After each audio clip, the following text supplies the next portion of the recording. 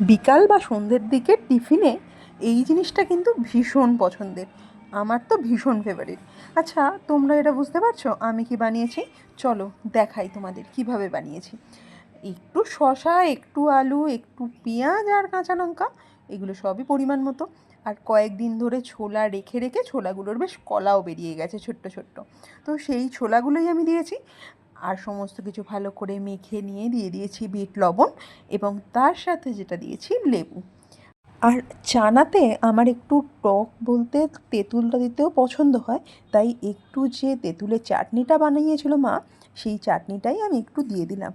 আর সব কিছু দিয়ে মাখিয়ে জাস্ট ওয়াও, পুরো জিভে জল চলে আসার মতো।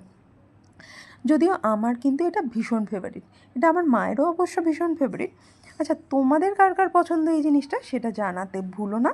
আর দেখতে এতটাই লোভনীয় হয়েছে, মানে কোনো কিছু বলার অপেক্ষা রাখে না। তাই চটপট করে মুখে পুরে দেওয়া ছাড়া আর কোনো কিছুই হয় না। আর এই ভিডিওটা দেখে তোমাদের যাদের চানা খেতে ইচ্ছে হচ্ছে, চটপট করে বানিয়ে ফেলো। বিকেলবেলায় এসবের যেন কোনো জুড়ি নেই।